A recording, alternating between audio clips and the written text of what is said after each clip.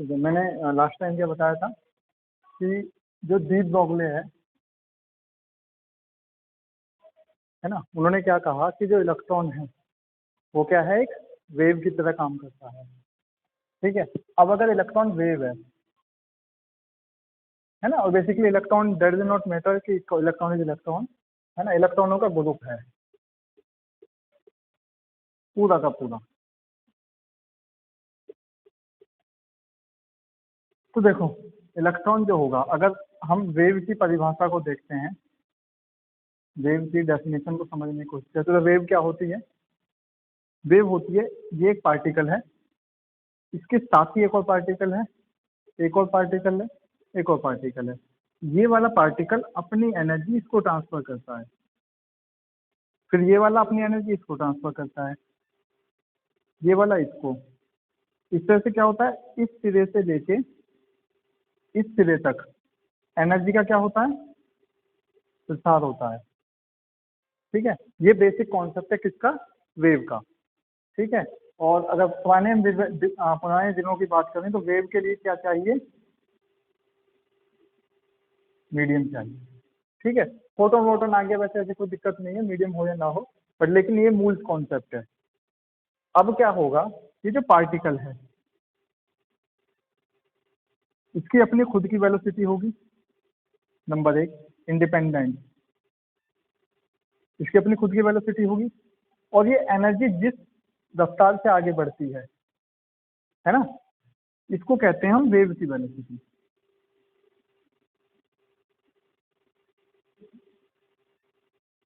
ठीक है, classical mechanics के अकॉर्डिंग जो वेव वेलोसिटी है उसका क्या होता है, अगर उसकी फ्रीक्वेंसी म्यू है और लैम्डा है तो वो बराबर होगी जी की।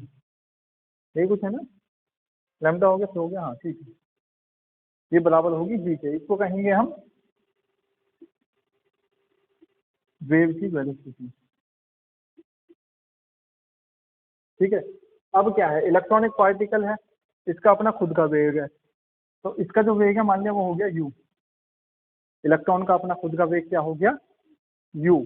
तो हमें क्या समझना है कि ये जो u है इलेक्ट्रॉन का वेग, ठीक, और ये जो v है वेव का वेग, इन दोनों के बीच में क्या रिलेशन होगा।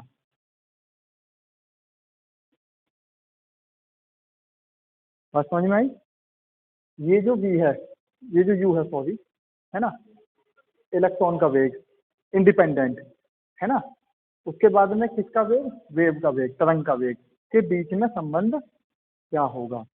क्लियर थी बात, है ना। चलिए, जो ये वाला v है ये तो बड़ा सिंपल सा है कि omega t minus k t x बराबर 0 and implies that del x upon del t equal to क्या हो जाएगा आपका omega upon k and it is equal to v। ये हो गया किसका वेग, तरंग का वेग। ठीक है, आसान सी बात है। चलो अब बात करते हैं इलेक्ट्रॉन के इंडिपेंडेंट वेग की। इलेक्ट्रॉन का इंडिपेंडेंट वेग डी ब्रॉगली के हिसाब से तरंग के साथ में लिंक करता है। कैसे, डी ब्रॉगली क्या कहता है, it is t equal to h upon lambda. ठीक, ये जो पी है ये हो जाएगा आपका एम वी, इलेक्ट्रॉन का संवेग हो जाएगा, and it is equal to h upon lambda. ये जो लैम्डा है इसकी दोस्ती यहाँ से होगी, ठीक है ना, इसकी दोस्ती कहाँ से होगी, यहाँ से, है ना। तो यहाँ से लैम्डा को अगर हम कैलकुलेट करेंगे तो what I am got h nu upon v. ठीक है ना, समझ में आ गई, है ना, यहाँ से उठाया मैंने इसको एच अपॉन वी। ये जो वी है ये कितना हो जाएगा, एम टी स्क्वायर, क्योंकि पार्टिकल एच न्यू जो फ्रीक्वेंसी है वो किसकी है, इलेक्ट्रॉन की। तो एच न्यू यानी प्लांक के हिसाब से उसको एनर्जी के बराबर रखना होगा, और ये आइंस्टाइन के हिसाब से किसके बराबर हो जाएगा, एम सी स्क्वायर के। ठीक, तो ये जो एम वी है it is equal m c square upon v, और ये हो sorry it is u, u. ठीक है, तो एम से एम कैंसिल हो गया, तो यू जो होगा वो बराबर होगा सी स्क्वायर अपॉन वी के। आसान है ना। कोई इतना ज़्यादा मैंने कुछ चीज़ों को उल्टा सीधा डिफाइन नहीं किया, बड़ा सिंपल सा है कि देखो पहले बेसिक समझो क्या था। इलेक्ट्रॉन का अपनी खुद की वेलोसिटी होगी और वेव की जो वेलोसिटी होगी वो इलेक्ट्रॉन से अलग होगी, दोनों क्या होंगी, अलग अलग होंगी। ठीक है ना। कई बार एक से भी हो सकती है, ऐसा नहीं कि नहीं हो सकती। कब हो सकती है, जब हाई स्पीड सी हो, जब दोनों बराबर हो, ठीक है, तब हो सकती है। ठीक है ना। तो दोनों अलग अलग होंगी। अब अलग अलग होने में क्या होगा, जो इलेक्ट्रॉन इंडिविजुअल है, जो इलेक्ट्रॉन इंडिविजुअल है उसकी वेलोसिटी होगी u, और वेव के संचरण करने की वेलोसिटी हो गई v। ठीक, तो अब क्या होगा, दोनों का हमने रिलेशन निकाला, दोनों के बीच में रिलेशन निकालने के लिए हमने क्या किया, डी ब्रॉगली इक्वेशन को लिया, इसको फाइन किया थोड़ा सा। फाइन कहाँ से किया, फर्स्ट वन और सेकंड वन, है ना। यहाँ से हमने इसको फाइन किया थोड़ा सा। फाइन करने के बाद मुझको क्या मिला, ये मिला। फिर मैंने एल्बर्ट आइंस्टाइन रिलेशन लगाया mc² and then what I am got. ठीक, अब यहाँ पे स्थिति बड़ी अजीब सी आई, यहाँ बड़ी अजीब सी स्थिति है। अब अजीब सी स्थिति क्या है कि अगर u is very less than to c, है ना, तो क्या होगा,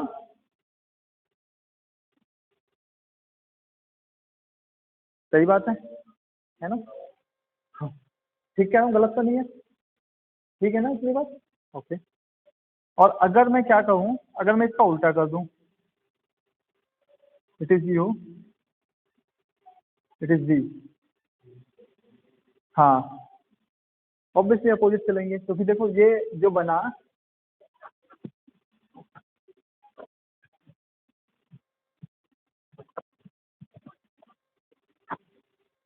डी ब्रॉगली प्रिंसिपल का ड्रॉबैक था सबसे गंदा। देखो यहाँ क्या बना, u इंटू वी बराबर c², ये क्या है, कांस्टेंट। तो ये कैसा हो गया, एक्स वाई बराबर c। और अगर इसका मैं कर्व बनाऊं तो ये कर्व ऐसा होता है, ठीक है ना। ये क्या है, एक्स वाई इक्वल टू सी। ठीक, यही स्थिति यहाँ है। अब अगर क्या हो, इस एक्सिस पे मेरा v हो, इस एक्सिस पे u हो, ऊपर u नीचे, ठीक है सही लिखा है, ठीक है, यहाँ पे v हो पर u हो। अब अगर u बढ़ेगा v घटेगा, v बढ़ेगा तो u घटेगा, ठीक है। और उसके बाद में दोनों में से किसी एक की वैल्यू c के ऊपर जा रही है, दोनों में से किसी एक की वैल्यू c से ऊपर जा रही है मैथमेटिकली, है ना। तो अब प्रॉब्लम क्या है, अब जो आइंस्टाइन का रिलेटिविटी का सिद्धांत है, जो आइंस्टाइन का रिलेटिविटी का सिद्धांत है, वो सिद्धांत क्या कहता है, nobody can move with a higher speed of light. प्रकाश से ज्यादा चाल पर कोई भी वस्तु नहीं चल सकती। और समझ में आई, है ना। तो ये इशू क्यों पैदा हो रहा है, ये इशू इसलिए पैदा हो रहा है बिकॉज जो कॉन्सेप्ट ऑफ वेव है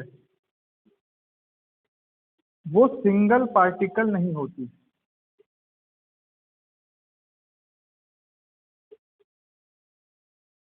जो वेव का कॉन्सेप्ट है वो कभी भी सिंगल पार्टिकल नहीं होता, वो हमेशा कैसा होगा, ग्रुप वाला। जैसे मैंने बताया, एक पार्टिकल यहाँ है, दूसरा यहाँ, तीसरा यहाँ, चौथा यहाँ,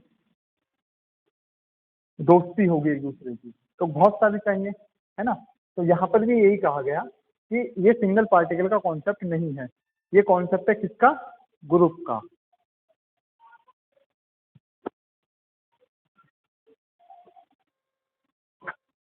ये कॉन्सेप्ट है ग्रुप का।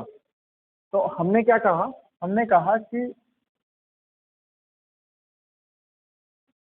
एक आइटम होगा जिसको कहा जाए ग्रुप वेलोसिटी, यानी वेव वेलोसिटी नाम की कोई चीज नहीं होती, पार्टिकल वेलोसिटी होगी और फिर ग्रुप वेलोसिटी होगी, ठीक है। अभी हमने क्या देखा था, हमने कहा कि D omega D S upon D T बराबर वी हो गया था, ठीक है, और it is equal omega upon के टी। अब अगर मैं क्या कहूँ, यहाँ से इसको थोड़ा सा फाइन करूँ, डेल्टा ओमेगा इंटू डेल्टा के को कहा जाता है ग्रुप वेलोसिटी।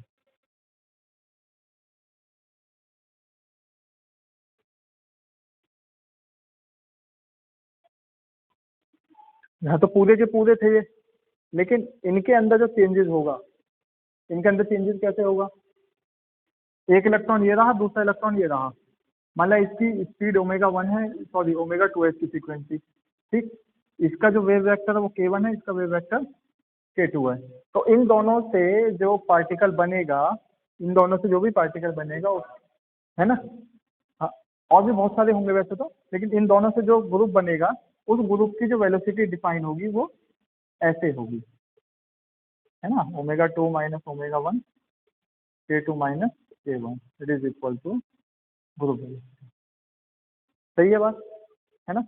अब इस ग्रुप वेलोसिटी को, इस ग्रुप वेलोसिटी को डिफाइन किया, इक्वेशन दिए पहले, ठीक है। उस ग्रुप वेलोसिटी को हमने क्या किया, इसमें ग्रुप वेलोसिटी को हम किससे साथ में जोड़ेंगे, इसके साथ रिलेशन बनाएंगे इसका डी ब्रॉगली के साथ, नहीं, किसके साथ बनाएंगे, इलेक्ट्रॉन की केली वेलोसिटी के साथ, जो इलेक्ट्रॉन की क्या है, इंडिविजुअल वेलोसिटी है, ठीक है ना, ये रहा।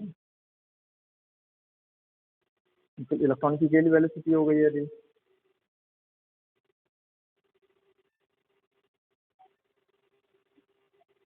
and then it is UK not into AC, कुछ भी बना रखा है, महंगा ना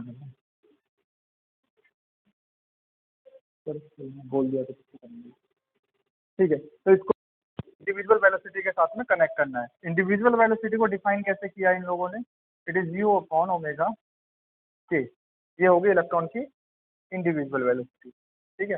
ये हो गई आपकी ग्रुप वेलोसिटी, ठीक। दोनों के बीच में रिलेशन लेके आते हैं, del omega upon del k it is equal d upon d omega and then u के बराबर, ठीक। एंड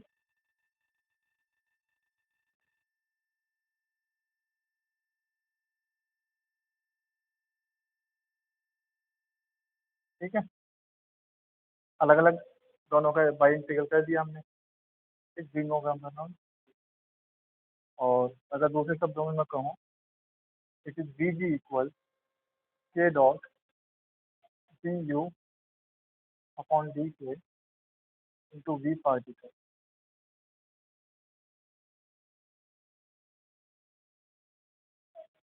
ठीक है ना, d u into d k into particle.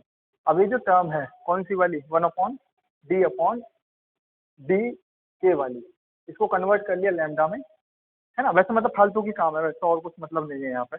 ये वाली जो टर्म है, ये वाली टर्म मतलब डी यू इंटू डी के ऐसे लिखी हुई है। अब इसका क्या करें हम, जो के है उसको हम कन्वर्ट कर लें लैम्डा में, यानी लैम के बराबर 2 पाई अपॉन लैम्डा। उसको कन्वर्ट करो मत करो यार, चीज तो आ गई सामने, बस यही रिलेशन है एक्चुअल में। कन्वर्ट करो मत करो, क्या करना वो कोई मतलब नहीं रखता, ठीक है। ये चीज आपके सामने आ गई, ये ग्रुप वेलोसिटी और फेज वेलोसिटी के बीच का रिलेशन होगा। अब यहाँ पर वो समस्या का अंत हो गया, कौन सी वाली का, जो अभी आ रही थी, u बराबर c² अपॉन d। अब यहाँ पर क्या हो रहा है कि ग्रुप वेलोसिटी जो होगी वो फेज वेलोसिटी के साथ में इस तरह से लिंक होगी, ठीक। अगर ग्रुप वेलोसिटी c के पास जाती है, c के करीब चली जाती है, तो अगर देखो ग्रुप वेलोसिटी किसके पास जाती है, c के पास अगर कोई वेलोसिटी जाती है p इक्वल क्या था वो h अपॉन लैम्डा, ठीक है। अगर ग्रुप वेलोसिटी बहुत हाई हो जाती है, तो अगर वेलोसिटी हाई होती है किसी वेव की, कहाँ से लिखा जाए, एक तरह सोचते हैं v इंटू लैम्डा बराबर v। अगर ये बहुत ज़्यादा हाई है और v को क्या रखना है, कंट्रोल रखना है, तो किसको घटना होगा, फ्रीक्वेंसी को, ठीक है। तो वहाँ पर भी यहाँ पर भी यही काम अपने आप होना शुरू हो जाएगा। तो ये वैल्यू कम हो जाएगी, देन ये वैल्यू कम हो जाएगी, तो ये लगभग बराबर हो जाएंगे आपस में, ठीक, अगर ये बढ़ने की कोशिश करेगा तो सेम मैनर ये भी बढ़ जाएगा, ये दोनों एक से हो जाएंगे। ठीक, चलो, है ना। तो ये मतलब एक तरह से क्या बताया गया, what was the group velocity और phase velocity of the particle. अब इस चीज को बताया क्यों गया, इस चीज को बताया क्यों गया, वो कहते हैं कि जिस तरह हम फोटोन को एक सिंगल फोटोन कंसीडर करके मान के चला लेते हैं काम पार्टिकल, लेकिन इलेक्ट्रॉन को कभी भी सिंगल इलेक्ट्रॉन मान के क्वांटम मैकेनिकल कैलकुलेशन नहीं होगी। ठीक है, ये डी ब्रॉगली प्रिंसिपल की क्या हो गई, लिमिटेशन होगी, फर्स्ट वन। क्लियर है ना, बात समझ में आ गई। ठीक, हाँ, ग्रुप में ही चलेगी। चलो, now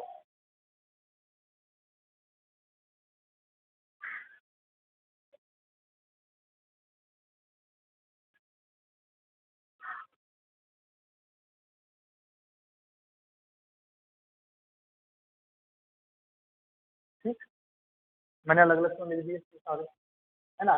delta P dot delta x, यानी मोमेंटम और पोजीशन के बीच की एरर, मतलब डेल्टा पी क्या है आपका, मेजरमेंटल एरर, और बेसिकली किसी क्वांटिटी को नापते समय उसके अंदर पाई जाने वाली कुछ त्रुटियां। ठीक, ऐसे ही डेल्टा एक्स। ठीक है, यानी अगर हम इसको इनडायरेक्ट शब्दों में कहें तो पी जो होगा वो होगा एम वी के बराबर, और डेल्टा पी बराबर होगा एम इंटू डेल्टा पी। ठीक है, मतलब ऐसा होगा या नहीं होगा वो बाद की बात है, कई बार होता है मास चेंज होता है, जैसा रॉकेट वाली प्रॉब्लम है भाई, मास ही बदलने लगे, है ना। पर फिलहाल में हम ऐसा सोच के थोड़ी देर के लिए चल लेते हैं ताकि चीज को हमें समझ में आ सके। तो delta we into delta H बराबर और बराबर होगा एच अपॉन, ये तीन चीज मैंने क्यों लिखी है देखो, कुछ अलग अलग किताबों में अलग अलग चीजें दी जा सकती है, ये भी हो सकता है, ये भी और ये तीनों हो सकते हैं। ठीक है ना। स्टैंडर्डाइज वैसे जनरली इससे काम चल जाता है, एच अपॉन 4 पाई से, ये ज्यादातर स्टैंडर्डाइज है। आपकी में क्या दिया है, 4 पाई, एच क्रॉस दिया, 4 पाई दिया है ना, हाँ ठीक है, ये स्टैंडर्डाइज है मतलब एक तरह से, बाकी तीनों में से कुछ भी कहीं भी लिखा मिल सकता है, तो इसलिए डोंट बी कंफ्यूज एनीवेयर। ठीक, तो ये जो ये जो हमने किया है, अब देखो यहाँ से क्या पता चलता है, अगर मैं क्या करूं कि डेल्टा वी को कम करने की कोशिश करता हूं, डेल्टा वी को क्या करूं, कम करूं, तो ये क्या होगा, बात समझ में आ रही है। अगर मैं डेल्टा वी को कम करने की कोशिश करता हूं तो ये क्या होगा, बढ़ जाएगा। यानी अगर मैं वेलोसिटी को, वेलोसिटी बेसिकली मोमेंटम को, अगर मैं मोमेंटम को अच्छे से नापने की कोशिश करता हूं किसी पार्टिकल के, तो वो क्या करेगा, वो उसकी पोजीशन को नापने नहीं देगा, वो क्या करने नहीं देगा, उसकी पोजीशन को नापने। मतलब हमारा कहने का तात्पर्य क्या है यहाँ पर, अगर ये एक पॉइंट है पी, इस पी पॉइंट पे हम क्या चाहते हैं, इसका पी पॉइंट पर इसकी वेलोसिटी क्या है, ये हमें क्लियर करना है। तो ये जब नापने की कोशिश करेंगे, यानी पॉइंट मेरा अगर प्रेसाइज है, पॉइंट क्या है मेरा, प्रेसाइज है, प्रेसाइज मतलब फिक्स है। ठीक, तो पॉइंट अगर मेरा प्रेसाइज है तो यहाँ पर जो मैं वेलोसिटी नापूंगा वो वेलोसिटी में हाईएस्ट एरर आएगी, उस वेलोसिटी में क्या आएगी, हाईएस्ट एरर आएगी, यानी एरर बहुत ज्यादा होगी। ठीक, और अगर मैं इसका उल्टा करूं, मैं वेलोसिटी को नापने की कोशिश करूं एक्यूरेसी के साथ में, तो क्या दिक्कत आएगी, पोजीशन फिक्स नहीं रख पाऊंगा। ठीक है ना। तो इस सिद्धांत को क्वांटम मैकेनिक्स में कहा गया हेजनबर्ग का अनिश्चितता का सिद्धांत, अनसर्टेनिटी प्रिंसिपल बाय हेजनबर्ग। अनिश्चितता यानी ये कहते हैं कुछ भी चीज निश्चित नहीं है। ठीक है, उसके बाद में क्या है कि एक चीज याद आ गई, एक इंस्टीट्यूट है S N Bose, Kolkata, S N Bose, Satyendra Nath Bose institute of particle physics. ठीक है, एक मतलब इंस्टीट्यूट है, हमारा कॉलेज है, वो इंस्टीट्यूट है, बड़ा सा रिसर्च होता है वहाँ पे पार्टिकल पे। ठीक है, तो वहां जब हम गेट में एंट्री करते हैं तो लेफ्ट साइड में एक दरवाजा मतलब डोर है, उसके ऊपर बड़ा सा ये वाला लिखा है, ये del p del h greater than h cross, ऐसे लिखा हुआ है उससे, मतलब अच्छे से लिखा हुआ है, क्या बोलते हैं उसे, ब्रास के मेटल से। ठीक है, और उसके नीचे एक लाइन लिखी है गॉड लिमिटेड। ठीक, कि भगवान ने इंसान को हाइजेनबर्ग अनसर्टेनिटी प्रिंसिपल पे लाके रोक दिया। समझे समझे, कि इसके बाद में हम मेजरमेंट नहीं कर पा रहे हैं। हाँ जी, हैं, तो क्या होगा, अंदर रखा होगा कहीं ना, देखें। हाँ, तो जो क्या बोलते हैं इसे, ये समझे। हाँ, कि गॉड ने क्या किया है, हमें लिमिट पे लाके छोड़ दिया है कि अगर हम मोमेंटम नापते हैं तो हम पोजीशन नहीं नाप सकते, और पोजीशन नाप सकते हैं तो मोमेंटम नहीं नाप सकते। इससे दिक्कत क्या आती है कि अगर हम पोजीशन नापने की कोशिश करेंगे तो हम एनर्जी भी क्लियरली नाप नहीं सकते, यानी किसी भी चीज को हम परफेक्टली नाप नहीं सकते। अब इस प्रिंसिपल का बड़ा इस्तेमाल है। ठीक है, बाकी इसके एक दो एक्सपेरिमेंटल प्रूफ हैं, अजीबोगरीब, मतलब एक्सपेरिमेंटल प्रूफ क्या, hypothetical experiment, hypothetical experimental proof हैं। इस तरह से कि वो कहते हैं कि एक माइक्रोस्कोप लो, यहाँ एक इलेक्ट्रॉन जा रहा है, अब इतने आपकी आईज से यहाँ तक वेव जाएगी और वापस आएगी, इतने इलेक्ट्रॉन अपनी पोजीशन छोड़ देगा। तो आपको जो वास्तविक जानकारी मिलेगी वो उसके पोजीशन छोड़ने के बाद की मिलेगी, यानी जिस समय आपके पास जानकारी पहुंची उस समय तक वो कहीं और जा चुका था। यानी that mean you can not be precise your velocity as well as your position. Clear है इतनी बात, है ना, अच्छे से। ठीक है, अब इसके क्या है, डिफरेंट डिफरेंट फॉर्म है, दो तीन तरीके से इसे लिखा जाता है। एक तो ये हो गया फर्स्ट फॉर्म, एक लिखते हैं delta E into delta T, समय के साथ में एनर्जी का। ठीक, और तीसरा लिखते हैं हम लोग डेल्टा एल और डेल्टा थीटा में, एंगुलर मोमेंटम और एंगल। ठीक है, वो देख लेना जिस जिस फॉर्म में पसंद करें उस फॉर्म में। ठीक, अब इसका हाइपोथेटिकल एक्सपेरिमेंट क्या था, एक हमने क्या ली, टेलीस्कोप मतलब सॉरी माइक्रोस्कोप लिया, उससे इलेक्ट्रॉन को देखने की कोशिश करी, है ना।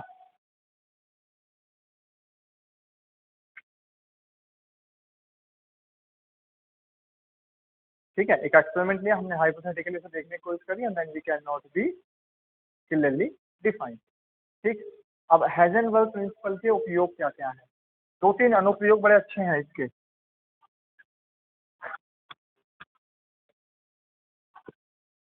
जो पहला यूज है इस चीज का, सबसे पहला इस्तेमाल कहाँ किया गया, नंबर एक, न्यूक्लियर फिजिक्स में। क्या होता है, जो बीटा पार्टिकल होते हैं,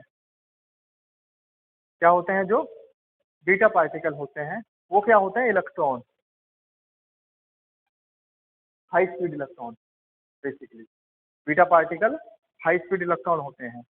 ठीक है, लेकिन बीटा पार्टिकल निकलते कहाँ से हैं, न्यूक्लियस से। सही, हेजनबर्ग का अनिश्चितता का सिद्धांत कहता है कि इलेक्ट्रॉन कभी भी न्यूक्लियस में नहीं रह सकते। अब ऐसा वो क्यों कहता है ना, हेजनबर्ग क्या कहता है कि वो कभी भी कहाँ नहीं रह सकते, न्यूक्लियस में नहीं रह सकते। अब न्यूक्लियस में वो क्यों नहीं रह सकते, वजह क्या है, delta x into delta P is greater than epsilon. ठीक है, अगर वो इलेक्ट्रॉन में रहने हैं तो ये जो डेल्टा एक्स है ये कितना होना चाहिए, 10⁻⁻15 मीटर। ठीक है ना, तो जब हम इससे इसकी कैलकुलेशन करते हैं तो यहाँ से डेल्टा पी निकालने की कोशिश करते हैं इतने से, तो ये कितना हो जाता है मेरा, 10 की घात, है ना, क्योंकि ये हो गया 34।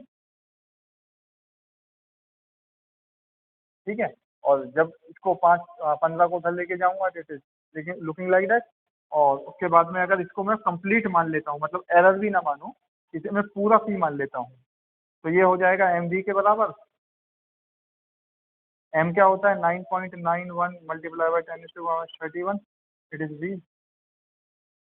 और जब इसको इधर लेके जाऊंगा then we got it some values, is 10⁻की पावर कितना, कितना बचा, और फिर 14, है ना। क्यों? क्योंकि वेलोसिटी ऑफ लाइट कितनी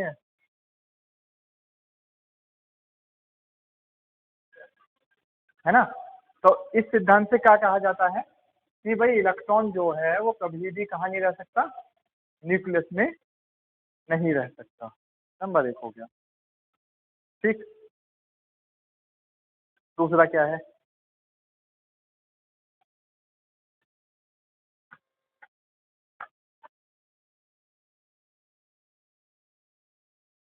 दूसरी है first orbit of the atom. Atom की सबसे पहली ऑर्बिट। क्या हुआ? आवाज बनी? आवाज बनी सही? आ गई? तो दूसरा क्या है? एटम की सबसे पहली ऑर्बिट, मतलब बोहर। मतलब ठीक है, कल कल देखेंगे। कोई बात नहीं, ये सब आपको खुद को करना पड़ेगा, कोई ऐसे खास विशेष जानकारी नहीं। ठीक है, कल से। ठीक है ना?